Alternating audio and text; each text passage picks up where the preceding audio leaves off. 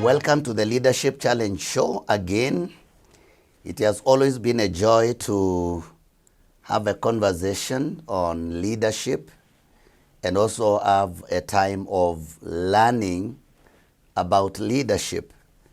Our goal is to impact on the leadership that we have at all the levels of leadership in our country.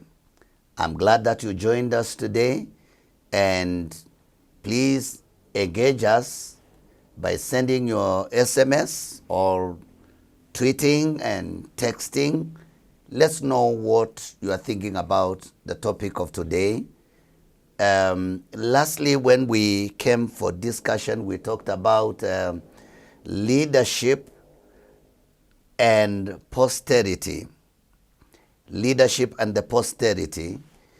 And today we will go back there and discuss on leadership and the posterity. But this time round, we will narrow down to talk about succession and planning to hand over. And these things are valid, they are practical to us, and they are conversations that we need to have as a country and as a people. Succession is happening all the time, whether it is in church circles, family circles sometimes, and national level and county level, at all levels, even in institution.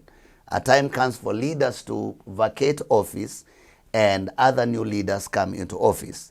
And we really desire to see that there will be no acrimony when time for succession comes. We do not want to see acrimony. And that is why we are striking a conversation so that we see how it should be done. To help us today in our discussion is a man we love so much, and senior bishop in this country and in the city of Nairobi. Is a man I believe he will help us to understand. Bishop Stanley Mwalili. Karibu, Bishop. Asante bwana. And take some time and greet us, and we roll these gurudumu.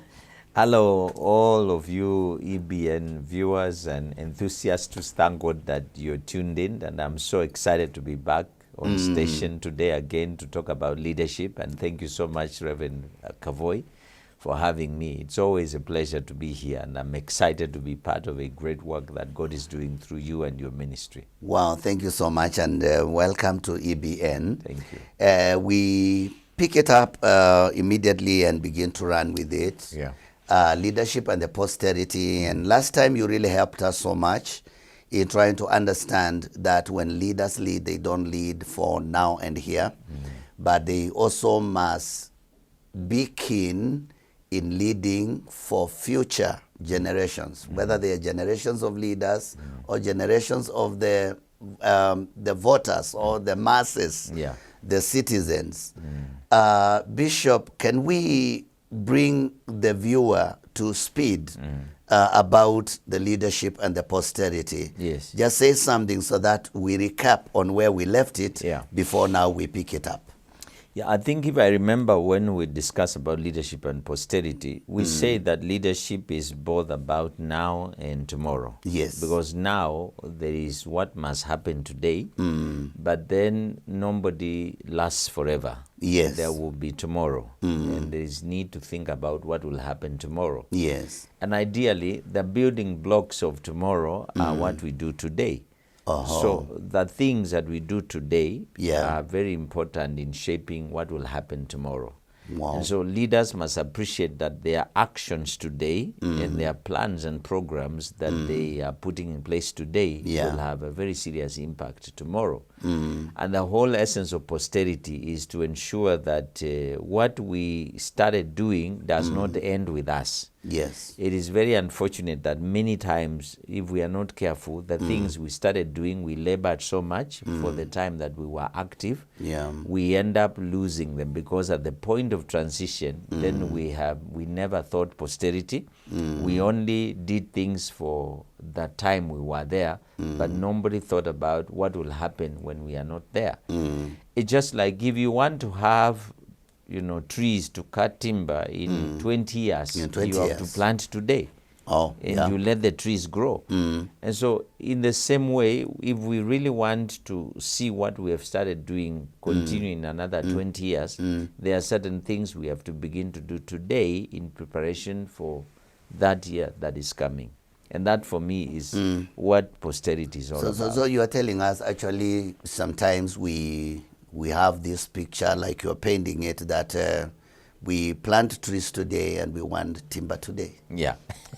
So that is it can't work. Yeah, because, it can't work. Because leadership development is a process. Yes. Institutional development is a process. National development is a process. It's like today when you look at some of the things we are grappling with. For example, when you look at our road network, we are now having to endure a lot of demolitions, a lot of pain that has gone through.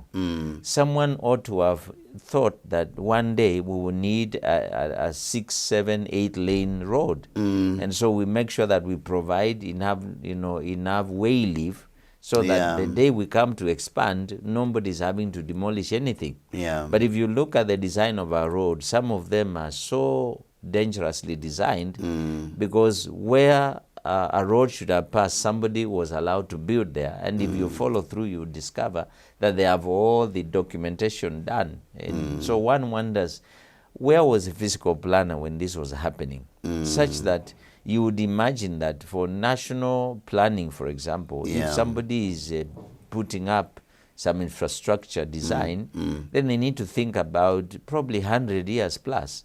So that even in the next 100 years, whatever needs to happen will still be valid without having to break some key infrastructure that was placed in the wrong place. Or maybe at that point looks like it was right, but because there was no foresight, then nobody saw that we will need that. So when you look at some of the challenges we are having today, it just goes on to say that we do not seem to have what you call foresight, because I think leadership of posterity requires some sort of foresight, seeing further than where you are today, so that you ask yourself, how will it be in 30, 50, 80, 100 years? So that then the actions, the things you do today, you are taking into cognizance the fact that they will come into play when that time comes.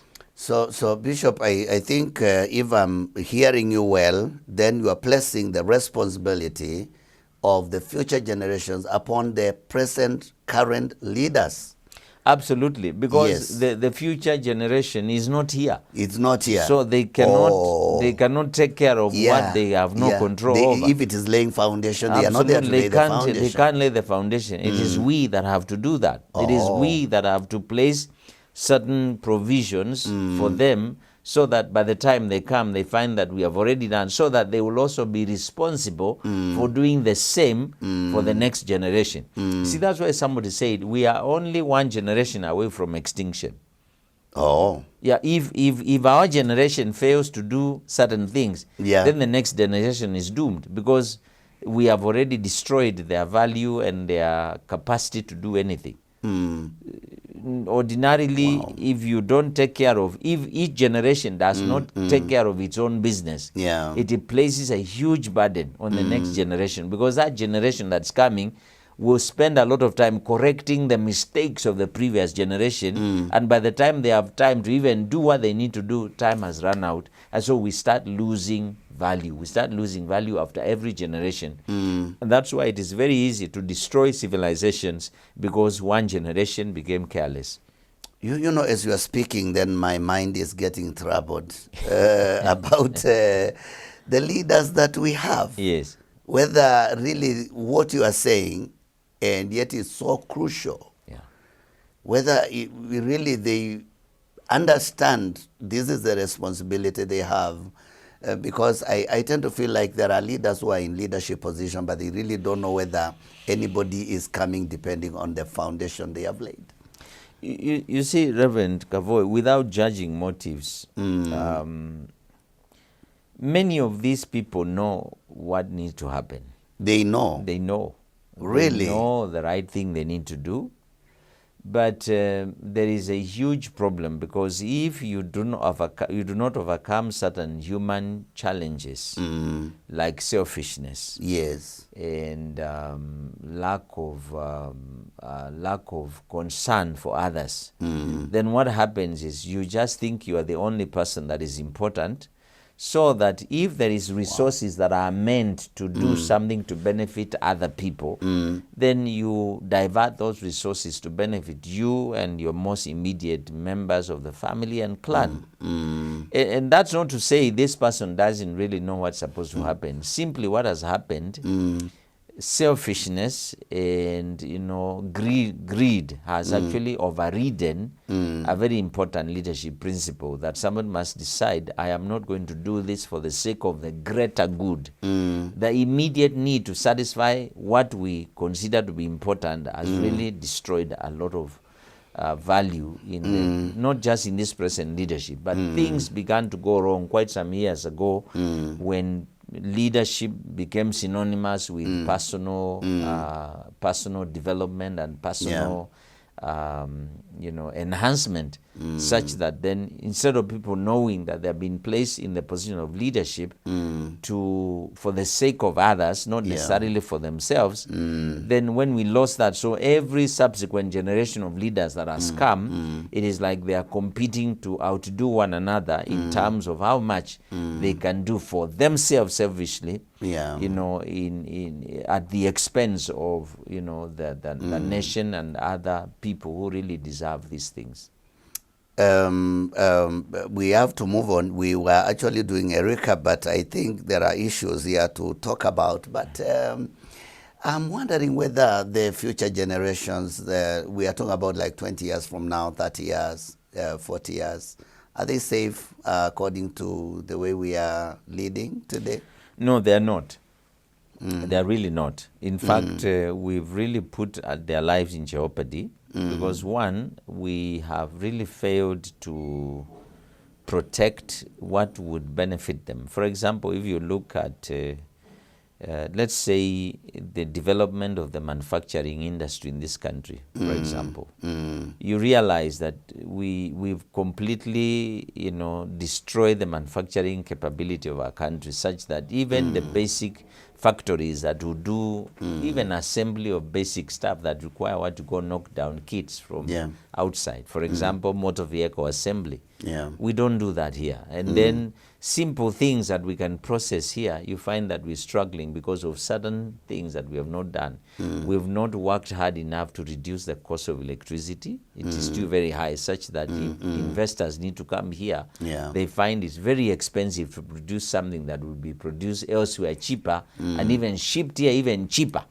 So that then instead of building a factory here that would employ many, many of our young people, then that factory is either in China or in another part of Africa and doesn't benefit us. When you think about things like schools, schools. Yeah, we are building schools, it's all right, but then we are churning so many graduates and there's no place for them to go.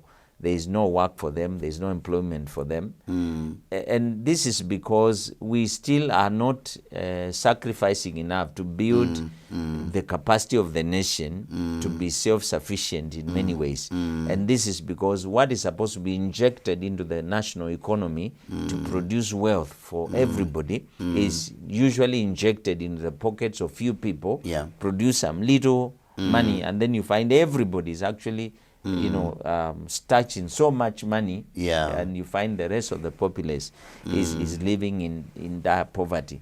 So eventually we create what we call a vicious cycle, because we have this generation that comes, it is not empowered, it doesn't have money, their children will struggle, and their children's children will struggle. So to answer your question, then the future generation is simply very much disillusioned, is in jeopardy. And that's why I told you we are only one generation away from extinction. Oh, wow. Let's take a short break and then come back and deal with succession. We will be right back. Welcome back to our conversation today in our leadership show here on EBN TV, talking about leadership and the posterity, but narrowing down a little bit to succession and handing over. And we did a recap in the first session, and we found that there's really a lot to talk about. And we have established that future generations are in jeopardy if the current leaders only think about themselves and don't care about doing things that will secure the peace and security and progress of future generations. Bishop Mwalili is together with us. And Bishop, let me now ask about succession. Yes. It's beginning to appear to be a shocker to many leaders when their term comes. And I'm wondering whether it's because they did not know whether one day they will be leaving office. And you begin to find that leaders don't want to leave office. I think it is happening in church circles, institutions, association, labor organizations. You find that leaders don't want to go.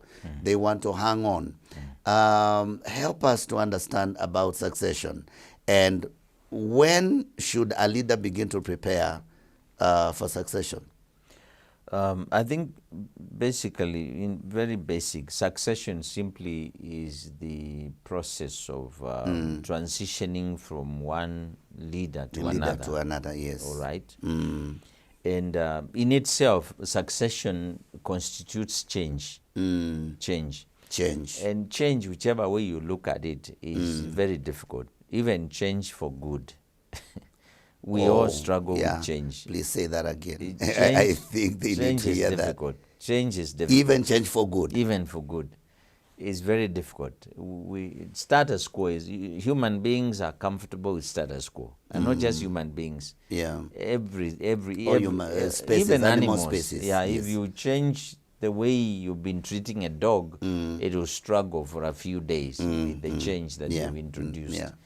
Even a cow, if you've been tying it here and you tie it there, you find it hanging around where you've been tying it. Yes. So there's just something about status quo and our familiar surroundings that makes us comfortable. Change threatens us. Because change threatens us. Yes, because it calls for adjustments in many ways. So now when we come into leadership, yes, there are two aspects where change becomes difficult, and this succession thing. First of all, for the leader who needs to leave, because it's a change to them as a person, but also to the led. Sometimes you find some leaders may want to leave, but the people they lead, they are not comfortable with, they want to continue with this leader for reasons best known to themselves, maybe good or sometimes selfish. And so we have to look at it from those two sides, because then if you just simplify it too much, you miss the point. You realize sometimes there are leaders who may want to go. Like I'm told of a certain church leader in this country. He's been wanting to hand over the church to the next group of leaders. But severally, the church has said, no. We still think you are able, you're strong, you can still lead us. So you see, for him, he may want to leave, but the people don't want him to leave. Although the reality is eventually he has to leave. He has to leave. Because we all must leave anyway. So for those reasons I've told you, change is difficult. And people should not be just too quick to dismiss leaders who don't want to leave. We must first of all appreciate where they stand and where they are. And this change, sometimes the difficulty in the change might even be because of the value that you get out of that, because some leadership responsibilities have trappings of power, trappings of glory, trappings of worth in terms of emoluments. So sometimes, if you do not know what will happen after you leave, it can be threatening. And for me, one of the challenges where succession becomes a problem is if a leader is not sure how that transition will impact their life. How will I eat? How will I travel? How will I take care of my medical bills and all that? And that brings me to the question you asked: when do we start preparing for succession? I think for me, it should start day one, when you assume whatever level of leadership that you are in. Siku ya kwanza ofisini. The first day you must begin to plan for succession, so that you take care of some of the things, including ensuring that, for example, do you need to put away your savings? Do you need to start, grooming leaders around you, identifying people to begin to, raise, and putting structures and systems in place? Because sometimes, like founders of churches like you and I, one of the things that we struggle with, when we started, there was nothing. So we basically built these ministries from zero, from nothing. And there is always that feeling like other people coming, they don't understand. They just came and found this thing is built up. There's EBN, there's a cathedral, there's a choir, there are equipments, there's a school. So they don't know the pain and the tears that have gone down before this thing can come up. So as a leader, sometimes you become very protective, and you are not quite sure people understand that. And maybe you spend too much time focusing on it that you forgot you needed to build and develop other people to be responsible enough to take care of that. So one of the challenges we have as founder leaders is we are scared. Will anyone really manage and take care of this thing? Or they'll just come in and begin to dismantle and destroy. So those are concerns that are very valid. And because, Bishop, as it is today, I think now when we talk about succession and the people leaving office, it has really become a scare. Yes, it is. It has really become a scare. It is. And I'm wondering whether preparation has anything to do with it, in terms of preparing people that are with you, and also preparation personally to exist without the office. I think the beginning point for me is self-preparation. Where you convince yourself that you are not eternal. At one point you have to let go, whether because of age or just because of even on medical grounds, or even constitutional provisions. Because you may have a constitution that demands that after you serve for a particular period of time, whether you are strong or not, then you just have to exit the scene.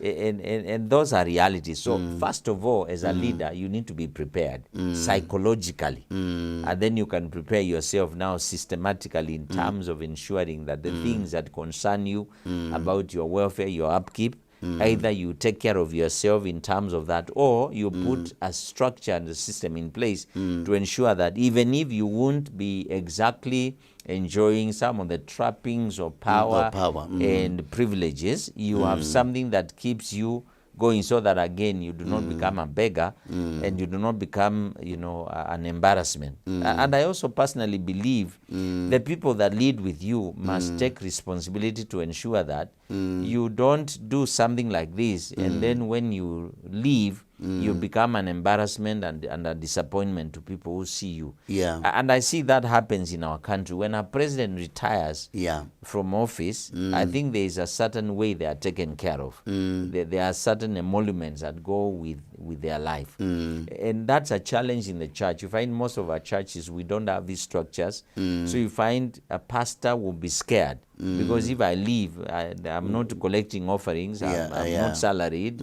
I no longer have grassroots contact with members who have been supporting my lifestyle. Vision, what will happen? And so these are some of the issues that I believe need to be looked into and addressed very specifically. Well, you know what is coming to my mind as you are speaking is because leaders appear to be thinking too much and worrying too much and caring too much about when they are not there. Yeah. And that is, I think that is where all hell has broken loose, even in our political leadership in the country and in many places.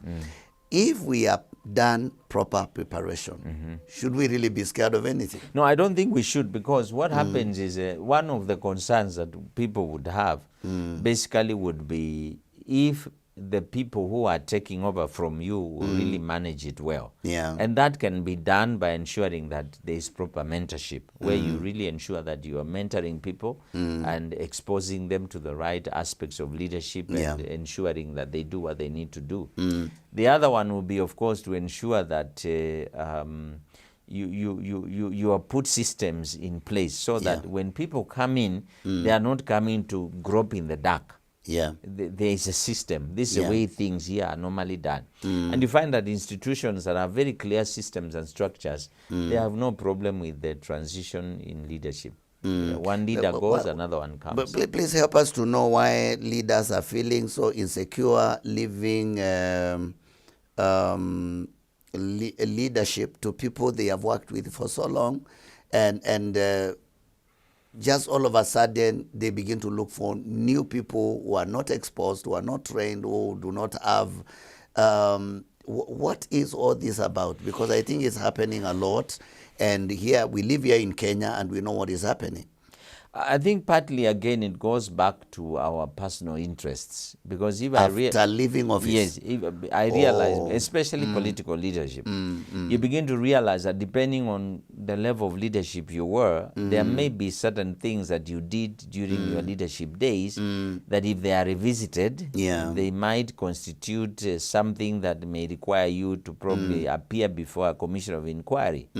We are dealing with a situation like that now with President Zuma. President Zuma was jailed for 15 months the other day, and right now, contempt of court. Yes, Yeah. because he was. There are certain things he did, which the people who he left behind were bold enough to question them. Yes, because it really affected the economy of the country. The country is so indebted that I was speaking to a pastor friend of mine last night, and he was telling me that 95% of what the country makes goes to paying debts. Yes, the country is badly off. Wow. So for every 100 rand the 95. government earns, 95 rand will go into paying debt, servicing debt, external debt. External debt. Yes. So now for someone like that president, ideally what he would have tried to do, and he probably tried to do, is to find leaders who will be sympathetic to him, so that when he leaves them in power, they will not touch that particular skeleton. They will leave it untouched. And I think that is normally the motivation in political leadership, where and some institutions where you know that if I leave this office, I need someone who will come and ensure that all the skeletons in my closet will remain there untouched, and things just go on as if I committed no problems. But if you realize after you leave office, there will come an independent leader, even if they worked with you, and they will question the things you did. Chances are that you will try and muddle around and try to sneak in people who you think will be your cronies and your puppets, so that although you are outside, in essence, you are still the one leading. And we've been talking about the independence of the judiciary in this country. And I think there has been a lot of back and forth. Some want it, some don't want it. But what happened in South Africa, I think it is something to do with the independence of the judiciary. Yes. No matter who you are, nobody's above the law, and we keep on hearing that from people in leadership, but sometimes I don't think whether they believe. And I think what has happened in South Africa has served as an example. It has raised a flag to these leaders who are leading with impunity. What I would really ask you, Bishop, maybe we can list down some of these preparations for succession, some of the important things that leaders should do while they are in office, so that when they come to exit, there will be no problem, whether by those who are coming in or whether by those who are going out. Maybe we can say 1, 2, 3, 4, very quickly. We can try. And I know you can help us. Yes. I think for me, the first one is what I told you. Yes. The first one is to always remember, as a leader, you will exit at some point. Yes. It doesn't matter how long you take on that one has to be taken in. You need to take care of that. Yes. Number 2, just be prepared by making sure that you just try and do things right. Yeah. Do things right. Because if you do things right, you won't be scared even after you leave. You will not have any business to take care of because you already did things right. Yes. Number 3, create a situation whereby you are developing other leaders. And developing leaders, you know, is not something that you do, without... how do I put this? You know, we can sometimes develop leaders just not being very systematic about it. You have to have a clear plan of how you build and develop strong leaders, so that at any one given time, when you need leaders to rise up, they will rise up through training, through exposure, and through some very clear accountability structures. Number 4, I think we need to develop structures in terms of how do you transition in leadership? When someone needs to transition, how does this happen? How do you get the new leader? And what do you do with the exited leader? If those things are in place, in my opinion, that's important. The last one for me will be also to prepare the people you lead to know that a time will come when you have to go. And that's why it's very good for leaders to keep saying, one day I will also leave. It's good for leaders once in a while, whenever you meet with the people, especially people who really love you, they think you are a great leader, you are their hero. It's always important to let them know. When you speak, tell them, one of these days when I'm out of the scene, just for them to understand that you are not there to, you're going to stay there forever. What do you think it has to do with the succession when God told this king that was ailing, Hezekiah? You told him, prepare your house, you're about to die. What has that to do with his succession, and how does it help us here? I think prepare your house is basically what I've told you. Yes. Those things I've said. Put in order your house. Put in order your house. Yes. It's actually putting in order your house. Prepare yourself, you are going to go. Let the people around you know that you will go. Put, structures and systems in place. Tell people what the things they don't know that you still keep in your heart that they need to know. Because once you go, they will never know what you had in your heart. So basically prepare your heart, God was saying. Ensure that the transition when you leave is, seamless. I know you have talked about a few things that can help us in preparation for the transitioning power. But talk a little bit about the temptation to leave cronies rather than to leave the right leader. And that's what I said earlier. Yes. The only reason why you'd want to leave cronies is because you still want to be in control even when you're out. Because like you now be leading by proxy. You are the one leading, but although you are out, but you are leading because you have cronies and proxies who you will tell what you want them to do, not what they should do. And again, that boils down to selfishness. Why would you do that, and yet you had your own time to lead when you should have actually led and ensure that you lead? And so for me, it boils down to, again, personal insecurity and also personal interest, probably to cover up some things that you don't want unearthed by a regime that thinks diametrically, thinks differently from you. And again, that is a weakness in leadership. So in raising cronies, because cronism is rife in Africa. In raising cronies, we don't have the best interest for the country. It is basically and for the people. It's selfish. It's about one man. It's selfish. Yeah. Because you want to be you have exited, but because you raise those people and they know they owe their allegiance to you, then you can always come back and say, listen, I don't want this and this done, and do this and go this way. And so in effect, although they are the ones who are leading, they are simply stooges. You are still the leader, although you exited long time And ago. definitely it's a world problem. Yeah, it's is. not only here in Africa, It but is. I see a lot of chronism all over the world, even in some of the developed countries. Yes. They don't want the people to elect the person they feel is well qualified for the job. Yeah. They want to leave somebody that they have suggested themselves, and it's really eating into us. Wow. We must wrap up this session, and I think this is a very interesting conversation. And please tell others what is happening here on EBN. Let us hear your views. Also text us and tweet and tell us what you think about this discussion. We take a short break. We'll be right back.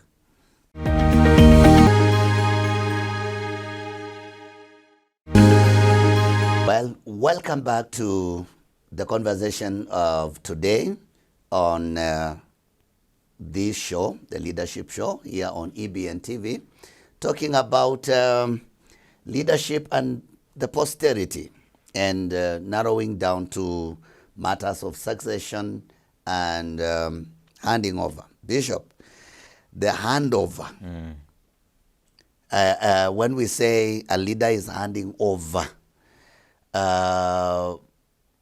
basically what are we talking about? I think when we talk about handing over, we are simply saying the leader that has been at the helm is actually leaving office, and a new leader takes over. The institution remains the same. At the point of handing over, probably the systems are the same, although that may not be guaranteed, because many times when a new leader comes, probably they have their different ways of operating. Styles and there of are certain leadership. things they want to change so that they fit into their style of leadership. But ideally, we are saying that the leader that has been is exiting, and the new leader is coming on board. And how should it be planned? I think- Because sometimes we see a lot of confusion. We also see during the time of handover some things disappear because they tend to be going with the man that was in the office. Yeah. And then the man walking into the office finds the office is empty. Yeah. How should it be planned? I so think that it depends on the kind of leadership we are talking about. For political leadership, you remember this elective, Yeah. and sometimes there can be a lot of animosity, and especially if the leader who was incumbent is being replaced by another leader from the party that was opposing in the previous elections.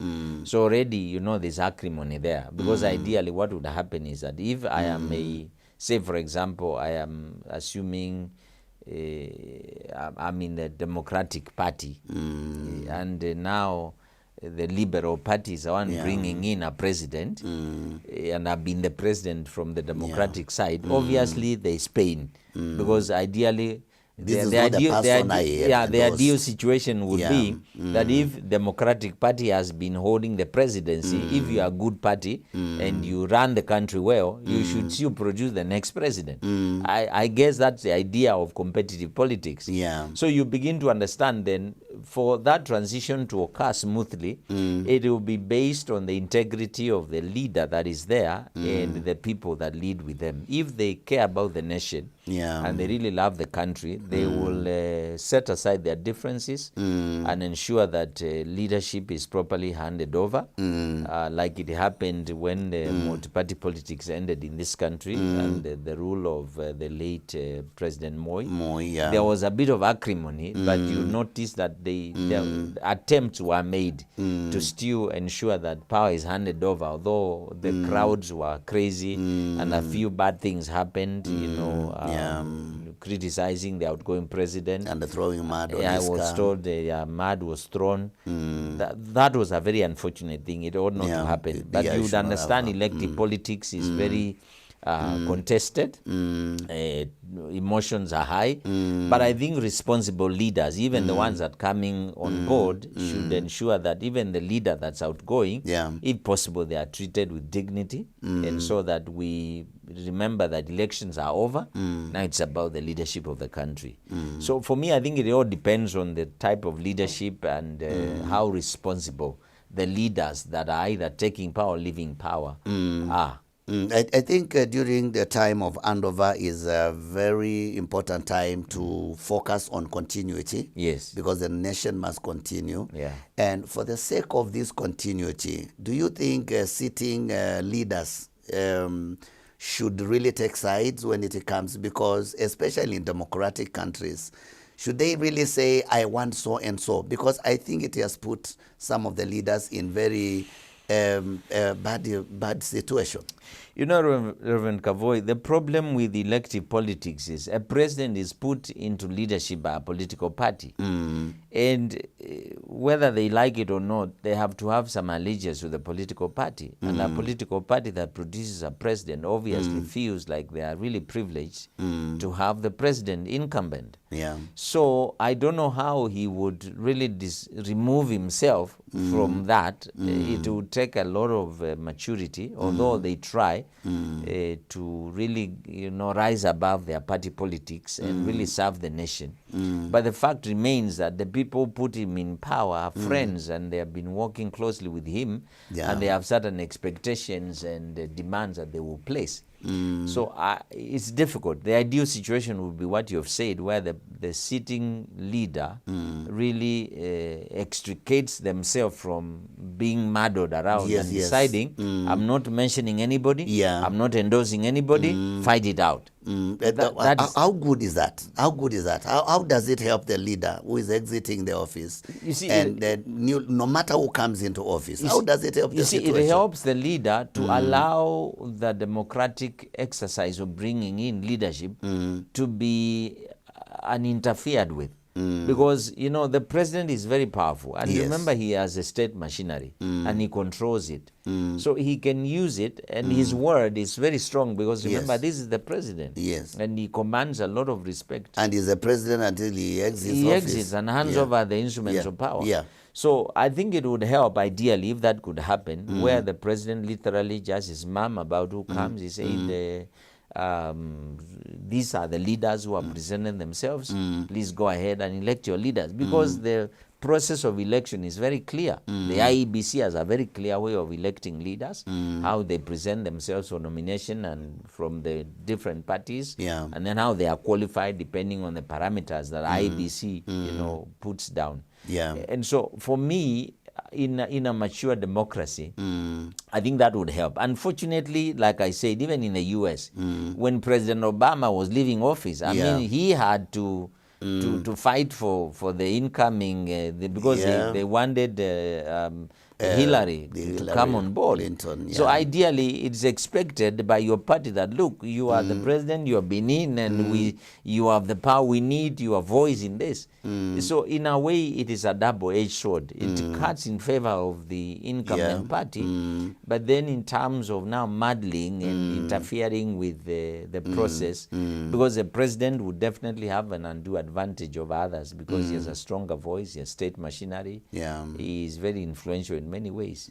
controls a lot of resources. But definitely it's more safe to just say, let the best candidate win. All these people who are going for electoral posts are Kenyans, and whoever wins, I have no problem. I think it's more safe that way. May require then that the party rules change, and so that the president is exonerated by way of an act, so that he's required by law not to do that, either in terms of speaking or actively or indirectly doing, because he can say that publicly, but indirectly he is using state machinery to support the preferred candidate. So either way, it doesn't help. So there has to be a way of ensuring that the president is extricated, or whoever is leading is extricated from that demand by ensuring that even if he doesn't fight for his candidate, he won't again face backlash from their party or the people who believe they put him in power because of the work they did to campaign for him and that, that kind of stuff. Now, handing over. Yes. The Bible says a good man leaves an inheritance for his children. And in handing over, sometimes there's nothing to hand over. Yeah. so I really want us to help us to understand when it comes to preparing to hand over. How should you do things so that you make sure the person coming into office will not struggle and will not be labeled as wicked and evil while he is suffering from sins committed by the previous regime in handing over. When we talk about this handing over, please delve into it and help us so that the person coming in and the person leaving, really the handing over has been a handover. Rather than to say I've vacated office and the person coming in finds there is nothing. Yeah. It begins with a mind of stewardship. A mind of stewardship. Yeah, and a steward is someone who takes care of another person's goods or value or property.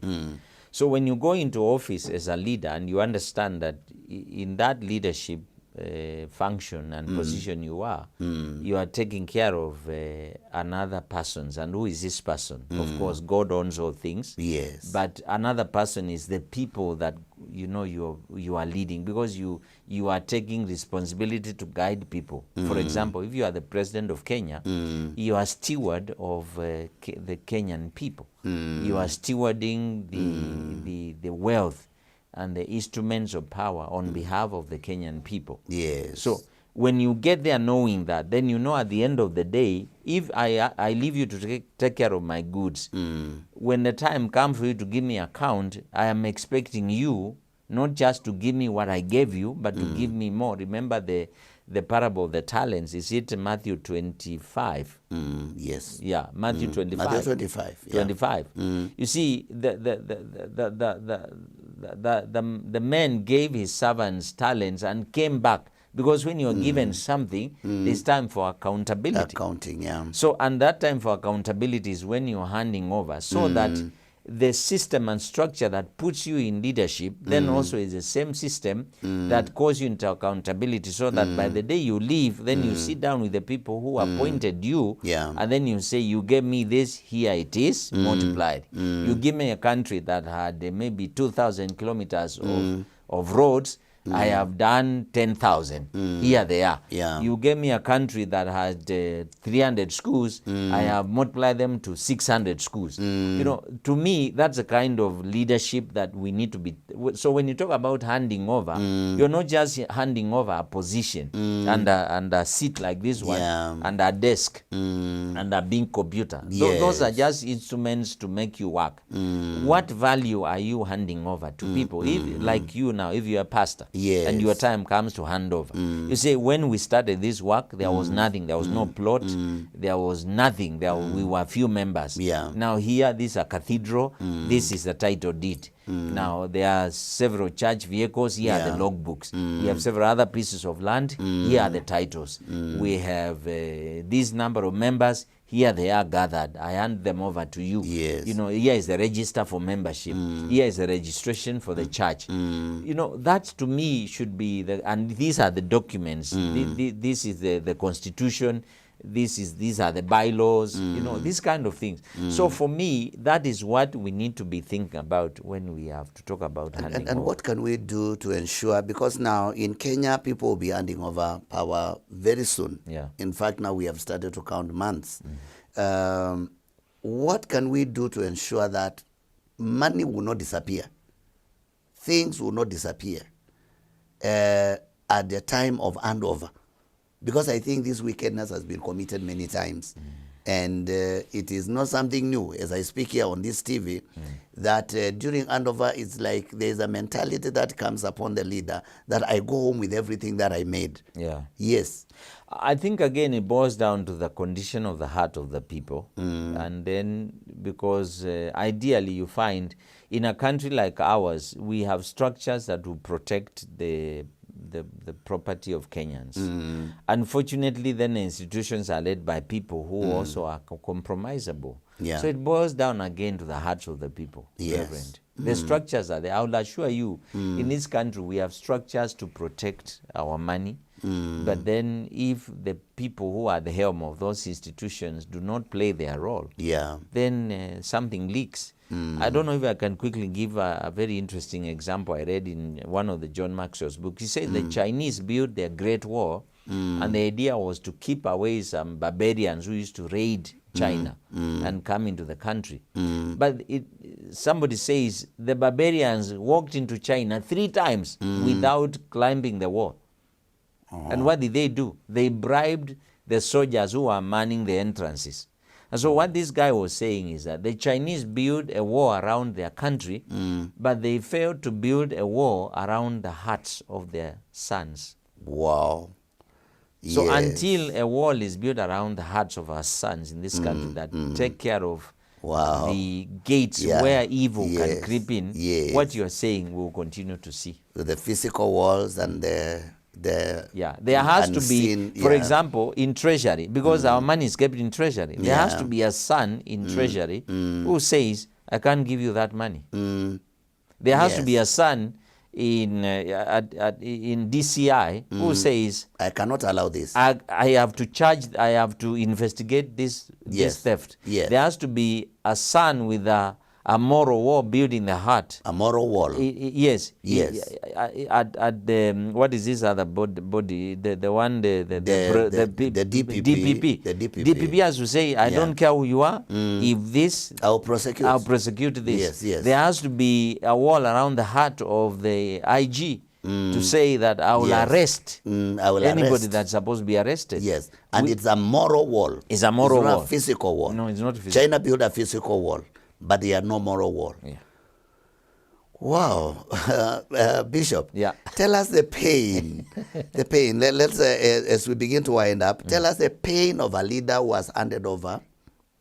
The pain, the joy of a leader who was handed over well, and the pain of a leader who has not done the right thing and has handed over acrimony. Now he's in office, he's standing there, he's seeing the mess, and also the joy of standing there, seeing things being done right. Please take us that lane, because I think some of the leaders in office will be walking that lane soon. I'm not sure I've done that, so I wouldn't speak out of experience. Yeah. I've handed over office in a few places, but not in a great way. Yes. I'm still at the helm of the leadership of the church that by the grace of God I founded. And I don't know whether it is right time for me now to talk about the joy and the pain. But I'm just imagining hypothetically how it would yes. feel when you hand over and you are out there and you can see the work is really going on and you feel great, and possibly the people you hand over to are even moving faster than you, because first of all they have come to a platform that's already prepared, unlike you who came on board when there was nothing. You literally have had to create everything. Yes. But now they are coming in, there's a structure, there are resources, there's a name, the brand is already made. So I think that's joy. But I can imagine also, on the other hand, standing back and watching things destroyed when I have already handed over and there's nothing I can do. I think you can only imagine the pain. Wow. One more question. I know really we are out of time.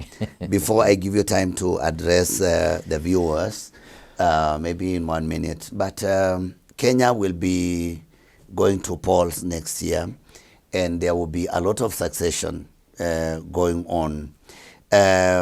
What do you think we should make sure we do? What should we do, and what should we make sure is not done, does not happen, so that we may have a Kenya after 202?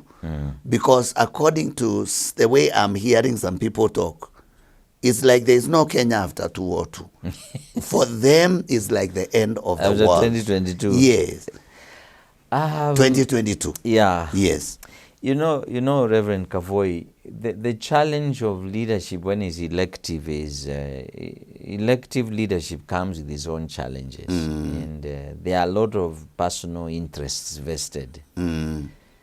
If there is a way we can keep aside personal, or not keep aside, because you can never really fully keep aside personal interests. If there's a way we can prioritize and put in the interest of this country, number one, so that we know that the leaders that are coming on board are not coming simply because they have a career in political leadership. They have a career in making sure that they become stewards and the custodians of the interests of Kenyans. That to me would be the place we can begin. That's very ideal, of course, as I talk about that. So the only other redress we have is for Kenyans to try, at least for once, rise up above euphoria. And try and just elect leaders who have demonstrated that they are leaders, not just because of the noise they make, but because of the results that we see as far as their leadership is concerned, in my opinion. And of course, what I talked about. We have to gauge the moral war in their hearts. How high and how strong is it? Because if that is not taken care of, we will keep going back to where we have been, and even worse, because it looks like every regime that comes is perfected the art of stealing public resources and mismanaging what is available. Yes. Wow. You are a leader there. You are watching this program, and definitely you have gotten a lot from our discussion today. And some of the things have come just directly to you. We just need to do the right thing. I will give Bishop 1 minute or two to address the viewers and tell them, those who are in office, what they should do to enable those who are coming in not to struggle, and to make sure there is continuity even after the election exercise. Well, thank you very much, Reverend Kavoi. My viewer, as you've probably been following, you realize that these things are very complicated, and there's really no cure all for these challenges. They range from institutional to very personal, emotional issues. And my plea for us as leaders is to understand that we are here for a season. We will never be here forever. And even if we try to protect ourselves after we leave office, eventually we will still leave this earth. And there is nothing bad like leaving earth, having put into a place a system that will keep hurting people for generations to come. We must come to the place where we realize that what we do today affects what happens tomorrow. And the earlier we begin to do things right now, the better for tomorrow generation. There's nothing exciting like, people coming after 50, 70, 80 years and being told that this system is what it is because there used to be a leader here who did this because he cared for the people. Let us care about the people that God has called us to lead. And irrespective of whether you believe in the Bible or not, I want you to know that everybody shall give an account to God for what they did with what God allowed them to do. Whether you became the president of this country or a governor or an MC, whoever you are, whether you go to church or not, the life you live doesn't belong to you. It comes from God, and the people you lead are godly people. They are God's people, and He will call us to account. So even if nobody or no court calls you and to account for what you did or you never did, I want to promise you one of these days is going to happen, and you better be prepared to have the right answers when your maker calls you. God bless you. Love you so much. Thank you so much, Bishop Stanley Mwalili. I don't think anybody could have done better than this.